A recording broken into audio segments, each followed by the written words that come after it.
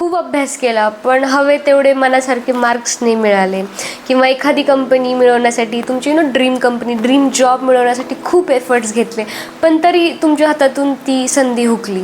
ऑफिसमध्ये तुम्ही तुमच्या कामात खूप एफर्ट्स घेतले, खूप मेहनत केली आणि तरीसुद्धा तुम्हाला प्रमोशन नाही मिळालं, किंवा हवी तेवढी हाईक नाही मिळाली सॅलरीमध्ये, किंवा असं बऱ्याचदा होतं की ऑफिसला जाताना उशीर होतो आणि नेमकं तेव्हाच गाडीचं टायर पंक्चर होईल, किंवा एखादी बस ट्रेन पकडायची आहे आणि तेव्हाच रस्त्यावरती खूप ट्रॅफिक असेल. तसं ट्रॅफिक नेहमीच असतं पण तरी तर असं बऱ्याचदा होतं ना की एखाद्या गोष्टीत आपली चूक नसते तरीसुद्धा आपल्यावरती वाईट वेळ येते, वाईट परिस्थिती ओढवून येते.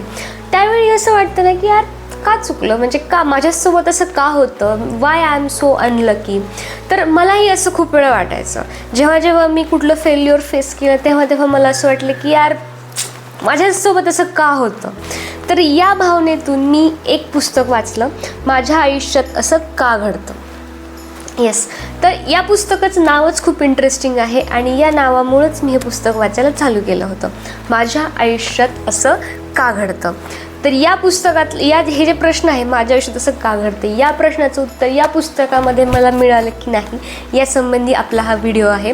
तर आजच्या या रीडर्स डायस बुक समरी व्हिडिओमध्ये तुमचं स्वागत आहे आणि आज आपण बघणार आहोत या पुस्तकाचा रिव्ह्यू. त्याआधी तुम्ही जर आमच्या चॅनलला सबस्क्राईब केलं नसेल तर आत्ताच्या आत्ता करा, आणि जर तुम्ही माझ्या रीडर्स डायसला इंस्टाग्राम चॅनलला जर तुम्ही फॉलो करत असाल तर तुम्हाला माहीतच असेल की मी याच्यावरती किती रील्स आणि पोस्ट टाकलेले आहेत, कारण की हे माझं खूप फेवरेट पुस्तक आहे.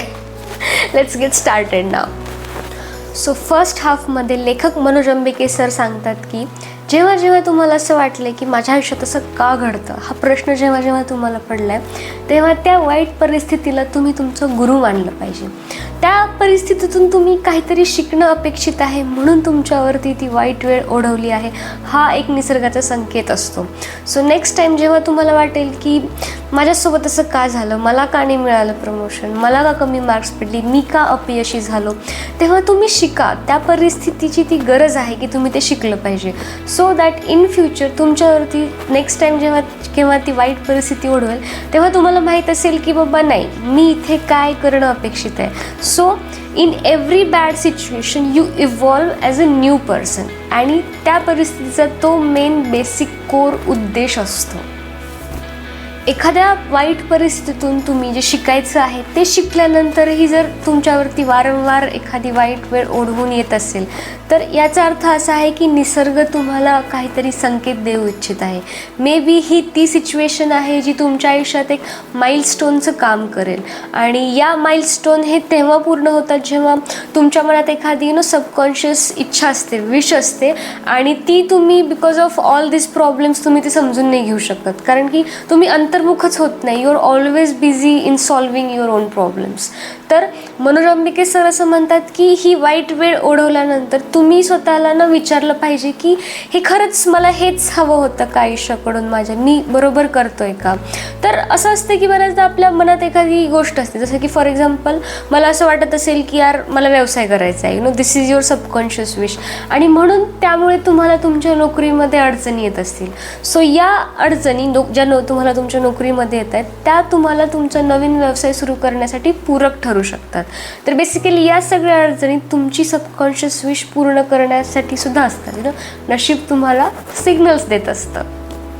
या पुस्तकातला मला आवडलेला एक सुंदर पॅराग्राफ आहे जो सांगतो की तुमच्या कामाविषयीचा आत्मविश्वासच तुम्हाला त्या कामात यश मिळवून देतो. त्याच्यामुळे तुमच्यासमोर जे पण काम येईल ते तुम्ही एकदम चोखपणे, सर्वोत्कृष्टपणे करणं हे तुमचं आद्य कर्तव्य असलं पाहिजे.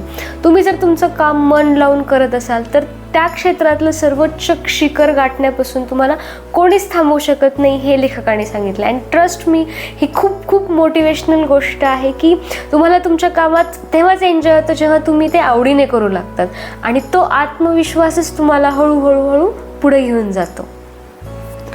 आणि जेव्हा केव्हा माझ्याच आयुष्यात असं का घडतं हा प्रश्न तुम्हाला पडतो, तेव्हा तुम्ही स्वतःला अजून एक प्रश्न विचारा की मला माझ्या आयुष्यात मेन रोल प्ले करायचा आहे की साईड रोल. आणि हे एक्सप्लेन करण्यासाठी लेखकाने महाभारताचं एक सुंदर उदाहरण दिलं आहे. ते म्हणजे की जर मी तुम्हाला विचारलं की महाभारतातलं मेन कॅरेक्टर कोणतं, तर तुम्हाला कोण कोण आठवतं? म्हणजे मला तरी कर्ण, दुर्योधन, कुंती, द्रौपदी, श्रीकृष्ण हे सगळे लोक आठवतात. पण तसं नकुल, सहदेव नाहीत आठवत, है ना. सो जेव्हा तुम्हाला जर विचारलं जाईल की 5 पांडवांची नावं सांगा, तेव्हा नकुल आणि सहदेव आठवतात. सिमिलरली तुमचं अस्तित्व, तुम्ही काम कुठे करता, तुमचं फ्रेंड सर्कल काय आहे, तुम्ही कुठले आहात, तुमचे नातेवाईक काय वगैरे, याच्यावरती डिपेंड न राहता तुमचं स्वतःचं एक वेगळं अस्तित्व असलं पाहिजे. आणि तेच स्वतःचं तुमचं वेगळं अस्तित्व तुम्हाला तुमच्या आयुष्याचा मेन रोल प्ले करायला भाग पाडतं. कारण जेव्हा तुम्ही एखाद्या ग्रुपमध्ये असता, जेव्हा तुम्ही एखाद्या सर्कलचा भाग असता, तर तेव्हा तुम्ही तिथे हिरो कोणच नसतो. सगळेजण त्यांच्या पर्सनल आयुष्यात हिरो असतात. जर तुम्हाला जर आज सांगितलं की तुला तुझ्या आयुष्याची एक स्टोरी लिहायची आहे, तर तुम्ही स्वतःला काय म्हणून लिहाल? ऑब्व्हियसली मेन लीडिंग रोल म्हणूनच लिहाल ना. तसं माझ्या आयुष्यात असं का घडतं या पुस्तकात लेखक मनोज आंबेगे सर यांनी अजून एक खूप छान गोष्ट सांगितली आहे. ती म्हणजे की एखाद्या प्रश्नाचं जर तुम्हाला उत्तर मिळत नसेल तर don't worry, it's all right.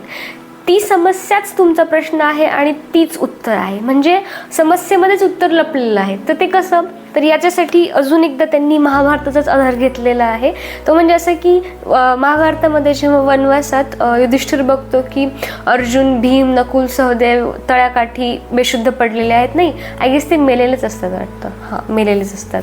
तर तिथं यक्ष जो आहे, यक्ष प्रश्न ज्याला आपण म्हणतो, तर तिथे एकेका प्रश्नाची उत्तरं दिल्यानंतर युधिष्ठिराला कळते की हळूहळू अर्जुन जिवंत होतो, मग भीम जिवंत होतो, नकुल, सहदेव असे होतात.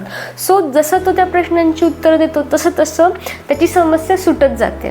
सिमिलरली इन आवर लाईफ तुमची समस्या हेच तुमच्या समस्येचं समाधान असतं. फक्त ते तुम्हाला कळलं पाहिजे की त्याच्या आतमध्ये कुठे उत्तर दडले. आय नो हे थोडंसं डिफिकल्ट असू शकतं समजण्यासाठी, आणि त्यासाठी तुम्हाला हे पुस्तकच वाचावं लागेल सो दॅट तुम्हाला अजून डीपली चांगल्या पद्धतीने समजून घेता येईल. लहानपणापासून मी खूप सारे मोटिवेशनल लेक्चर्स अटेंड करत आलेली आहे.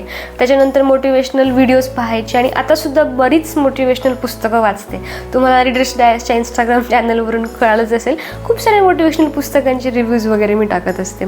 तर या सगळ्या पुस्तकांमध्ये, व्हिडिओजमध्ये ना एक गोष्ट खूप कॉमन असते आणि ती म्हणजे की तुम्ही सक्सेसफुल झालं पाहिजे, तुम्ही यशस्वी झालं पाहिजे.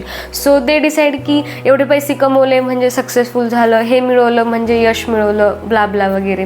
तर या सगळ्यांनी ना सक्सेसची एक डेफिनेशन बनवलेली असते आणि they ask you to follow it. So मी माझ्या आजूबाजूला जेव्हा बघते ना लोकांना, तर तेव्हा ते काय करत असतात माहिती का? त्यांना ना एक सर्टिफिकेट हवं असतं की मी सक्सेसफुल आहे किंवा मी खूप कमवलं आहे आयुष्यामध्ये, आणि म्हणून ते या लोकांनी दिलेलं डेफिनेशन फॉलो करतात, जे मला अतिशय चुकीचं वाटतं. आय मीन कॉमन सेन्स आहे. जर मी एक वेगळी व्यक्ती आहे, वेगळा माणूस आहे या पृथ्वीवरती, तर माझ्यासाठी यश आणि समोरच्या व्यक्तीसाठी यश हे सेम असू शकत नाही. Because we always had a different story behind us. प्रत्येकाचा स्ट्रगल वेगळा असतो, प्रत्येकाच्या अचिव्हमेंट्स वेगवेगळ्या असतात. सगळ्यांसाठी रेस लाईन सेम तर असू शकत नाही ना. म्हणून या पुस्तकामध्ये जे लेखकाने यश म्हणजे काय सांगितलं ना, ते मला मनापासून पटलं. आणि ते म्हणजे तुम्हाला तुमच्या जीवनाचा उद्देश काय आहे हे कळणं म्हणजे यश. Yes, exactly. आणि ज्या दिवशी तुम्हाला ते कळेल ना, त्या दिवशी तुम्ही सक्सेसफुल झालात. मग तोपर्यंत तुम्ही अनसक्सेसफुल आहात का? तर नाही. तुम्ही जे मिळेल ते काम आवडीने करत राहा, मग त्याच्यामध्ये एन्जॉय करा आणि मग हळूहळू त्याच्यामध्येच तुम्हाला तुमच्या जीवनाचा उद्देश भेटेल. सो बेसिकली तुम्ही एक्सप्लोर केलं पाहिजे. आणि कधीतरी कुठेतरी जीवनाच्या वाटेवरती तुमची भेट जेव्हा स्वतःशीच होईल, तेव्हा तुम्हाला यश आणि अपयश या गोष्टी मॅटर नाहीत करणार. म्हणून ही साधी सिम्पल गोष्ट मला असं वाटतं की या पुस्तकाला बेस्ट बनवते, की तुमच्या जीवनाचा उद्देश तुम्हाला कळणं म्हणजेच यशस्वी होणं. So last but not the least section of this video, माझ्या आयुष्यात असं का घडतं म्हणून तुम्ही परिस्थितीसमोर कधीच हात टेकू नका. आणि ही गोष्ट मी या पुस्तकामध्ये शिकले की जे आहे त्याबद्दल तुम्ही ग्रेटफुल राहायला शिका. म्हणजे तुमच्या आजूबाजूला जर न पटणारी माणसं आहेत, तुमचं त्यांच्याशी जमत नाही, तर त्यांना मनातल्या मनात दोष देऊ नका. त्यांचे मनातल्या मनात आभार माना की थँक्यू सो मच, तुझ्यामुळं मी एक चांगली व्यक्ती घडले. तुमच्या कामाबद्दल जर तुम्हाला तक्रार असेल, तुम्हाला वाटत असेल की सॅलरी कमी आहे, तर कंपनीला दोष देऊ नका. रस्त्यावरती भीक मागणारे ते लाचार हात आठवा. जर तुम्हाला भांडी घासावी लागतात म्हणून तुम्ही तक्रार करत असाल तर स्टॉप. ठीक आहे, त्या पाण्याच्या एका थेंबासाठी डोळ्यात पाणी आणून वाट बघणारे ते डोळे आठवा. किंवा तुम्हाला चांगलं शिक्षण नाही मिळालं म्हणून शाळा कॉलेजला दोष देऊ नका. त्यांनी तुम्हाला घडवलं म्हणून त्यांचे आभार माना.